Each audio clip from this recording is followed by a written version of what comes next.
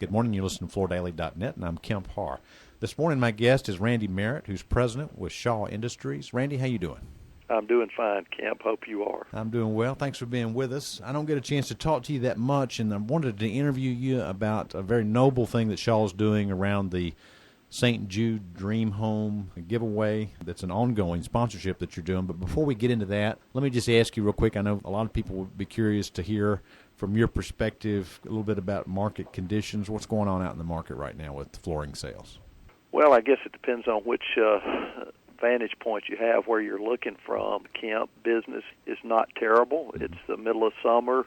You know, we're coming off of certainly 4 or 5 challenging years, and I think we've certainly seen the bottom. And like I say, it really just depends on which segment you're looking at. The commercial part of the world continues to seem pretty strong, particularly if you're selling carpet tile, and that's been a positive for us and I think for the industry. But you get on the residential side, and it's a steeper climb. The apartment business is pretty good, as it normally is this time of year. There's been a good bit of new construction in the apartment universe, and there's a good bit of replacement work as well, as we're seeing occupancy rates at not record highs, but certainly healthy highs. We're even seeing some positives in new single-family home construction. I think I read this week that they're now estimating to finish roughly 369,000 homes this year residentially, and that's certainly up from last year by maybe as much as 20%. So that's positive. All right. So why do you think the consumer is being so conservative? They seem to be kind of in a funk. Well, you read the same newspapers I do. There's all sorts of information out there. I mean, but we're getting into a little bit of a political paralysis, if you will. The election coming up, I think people are nervous about that, certainly paying attention to what's going on both sides there. The dysfunctionality of Europe is certainly got everybody's attention, and that's beginning to affect the U.S. a little bit. And then there are other issues. I mean, there's the continuing unemployment issue or underemployment, where people aren't working the hours they used to. Borrowing money continues to be a challenge. So that at least on the glass is half empty side, those are challenges the consumers see out there facing them today. And since you're with the Berkshire Hathaway Company, and I know that Warren Buffett is considered the oracle or the guy that's got his finger on the pulse of things, as you look at 2013, 2014, do you see unless something crazy happens in Europe, do you see a pretty good pull out of this next year, or what do you anticipate? Well, I certainly don't want to even try to speak for Mr. Buffett, but at least here in the Shaw world, what we see is an improving environment once we get past this election period. I mean, is there some negative factors affecting the market? There's some positives, too. I mean, interest rates continue to be at record lows if you can find a place to borrow the money. Energy prices have come down some this summer. Gas prices are low. That's certainly a positive in the consumer's eyes. You know, housing prices, we're starting to see in some markets around the country, housing prices maybe starting to rise a little bit. So I think we're headed out of this malaise that we've been in for the last 5 years, but it's going to be a slow climb out, particularly residentially. Yeah. Well, let's talk about the reason I called, and I appreciate, again, the time. You know, this is the first year you're doing this, and I think you've signed up for an ongoing participation with this, but you're one of 2 national sponsors with this St. Jude Dreamhome. Just a couple little details, and correct me if I'm wrong, but they're going to give away 28 to 30 homes a year. You've signed up to be the sole flooring sponsor, so if you just run the numbers, those homes are somewhere between 27 to 3,500 square feet apiece. So you're agreeing to give away roughly 80 to 100,000 square feet of flooring a year. And the way the program works is you donate the flooring, they give away the house, and they sell these chances to win for $100 a piece. So they end up, I guess, over the course of a year, making about $24 million giving away these homes, and they just gave away, I think, one in Chattanooga last week. That's kind of the way the program works, isn't it?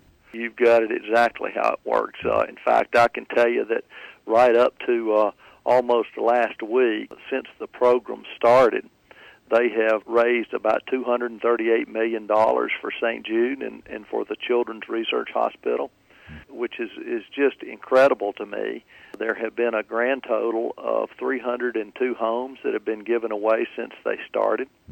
You're right, they give away 28 to 30 homes a year. And so it's a tremendous fundraising effort on behalf of St. Jude. We're honored to be part of it. Well, you know, when somebody hears you're going to do this, your phones are going to ring again, and they're going to be other people wanting you to do other things. I mean, I'm sure all the time you're hearing opportunities that you could, give things away. How did you decide on St. Jude to be one of your core philanthropic focuses? Well, you're right. I mean, there's so many people that need help in so many different avenues and so many walks of life. It is hard to choose. What we liked about St. Jude is the tremendous research they're doing to help children, really not just even here in the United States, but around the world that are suffering from these childhood cancers. And their track record is really incredible. When the hospital started, when Danny Thomas started it in 1962, the cure rate for the most common form of childhood cancer was 4%. They have worked hard and improved that recovery now to over 90%. And that is so encouraging. And so the dollars go so far when we support something like St. Jude. It's not just for the children that are there. It's these cures and these medicines and these treatments that help kids all around the world. And I heard a statistic the other day when we were first hearing a little bit of news about this, that it costs $1.7 million a day to run St. Jude, doesn't it? That's correct. $1.7 million a day just to operate the hospital, and that's in part because the patients and their families that are sent there really don't pay a dime. If you have insurance, they'll collect from the insurance companies, but beyond that, the patients and their families are there solely for the treatment and to focus on getting better, and they don't have to worry about the financial side of being a patient there at St. Jude. Yeah. Just real quick before we run out of time, there's a kind of an interesting story about how Danny Thomas decided to open this hospital.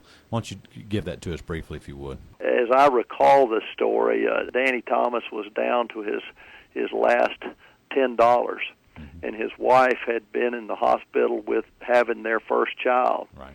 And the hospital had said to Danny that it's going to cost you, I think the number was $72 to get her out of the hospital. And on his way home, he was not a real religious man, but he stopped in a church. He was so moved by the message that he put his only $10 in the offering plate and made a promise there that if the Lord would help him get his family out of the hospital, he would someday do something to pay him back. And he got home to his house that night, and his mother said he got a letter in the mail offering him a job to film a commercial, and ironically, that commercial paid $72. So he did the commercial, got the $72, and got his family out of the hospital, and he committed right then to someday do something like St. Jude. And later on, he became a very successful comedian and had enough money to kick this thing off, and that's the story. It's just an incredible experience to go over there. I had the pleasure of visiting, and to anybody that's listening, if you're ever in Memphis and get a chance to visit St. Jude, it's a life-changing experience. Well, Randy, I appreciate it so much, and again, I commend you guys at Shaw's for sponsoring this. It's a very noble philanthropic effort. Again, we've been talking to Randy Merritt about Shaw Industries' national sponsorship of the St. Jude Dreamhome, and you've been listening to Kemp Harr and FloorDaily.net.